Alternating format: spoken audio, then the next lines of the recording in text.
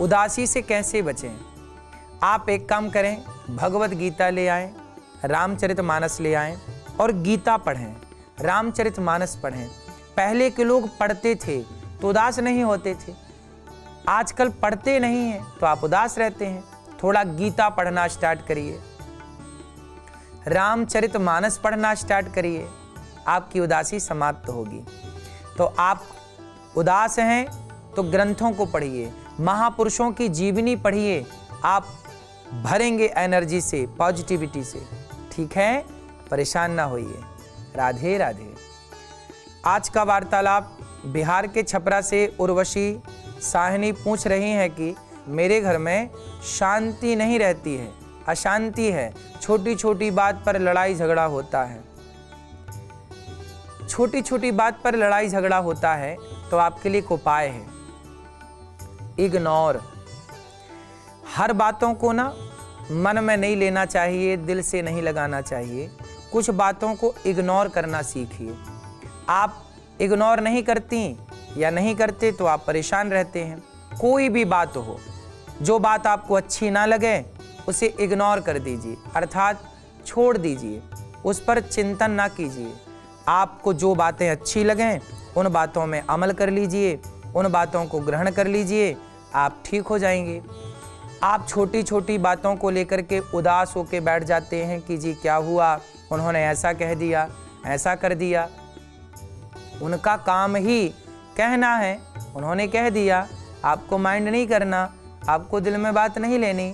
लोगों का काम कहना है, कहने वालों ने तो माता सीता को भी कहा, तो आपको और हमें भी कहेंगे, इसमें क्या है? कहने दीजिए लोगों को, आप प्रसन्न रहिए, आप इग्नोर करिए उन बातों को जो बातें आप पसंद नहीं करते। जैसे आपको कोई सब्जी पसंद नहीं है तो आप क्या करते हैं, वो सब्जी ऑर्डर ही नहीं करते, खरीदते ही नहीं हैं, बनाते ही नहीं हैं। और बनाते भी हैं, घर में बनती भी है तो आप खाते नहीं हैं, आप वो सब्जी इग्नोर कर देते हैं। उसी तरह कोई बात आपको अच्छी नहीं लगती, उस बात को इग्नोर कर दीजिए। पति की बात हो या बच्चों की, सास की बात हो या ससुर की, पड़ोसी की बात हो या रिश्तेदारों की, जो बात अच्छी ना लगे इग्नोर करिए। दूसरा, आप बातें कम करिए, रिश्तेदारों से भी कम मिलिए, लोगों से बातें कम करिए। मिलिए तो कार्य अच्छे काम की बात हो, अच्छी बातें हो, नेगेटिव बातें ना हो, व्यर्थ की फिजूल की बातें ना हो। फिर क्या होगा, आप प्रसन्न रहने लग जाएंगे। भगवान राम 14 वर्ष तक वनवास में थे, पर देखिए कोई ऐसा बेटा जिसे माँ बाप घर से निकाल दें, क्या वो बेटा खुश रह सकता है?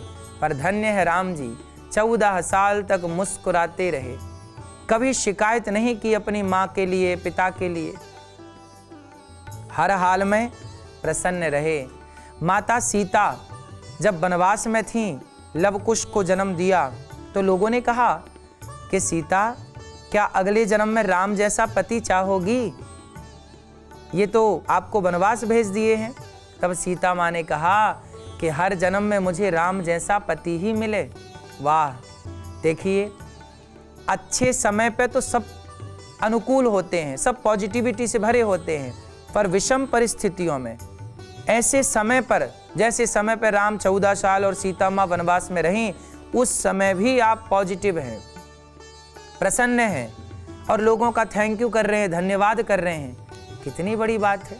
इसलिए आपको चाहिए कि शिकायत नहीं, हर हाल में अब जो है, अब मुझे नदी के किनारे एक घास की झोपड़ी में रहना है, तब रहना तो है ही, तब खुश होके रह लूँ ना, रो के क्यों रहना?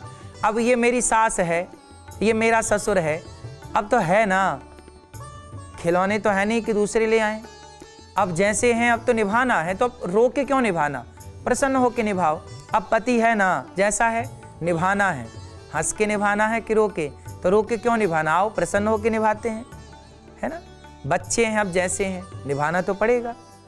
ये जिंदगी हमारे और आपके हिसाब से नहीं चलती, भगवान चलाते हैं। इसलिए जो हो रहा है वो आपकी हमारी इच्छा नहीं, हम अच्छा कर्म कर सकते हैं, हम अच्छा सोच सकते हैं, पर होता भगवान की मर्जी से है। हर हाल में प्रसन्न रहने के बहाने ढूंढा जाए तो बहुत बहाने मिलेंगे, हर हाल में खुश रहने के।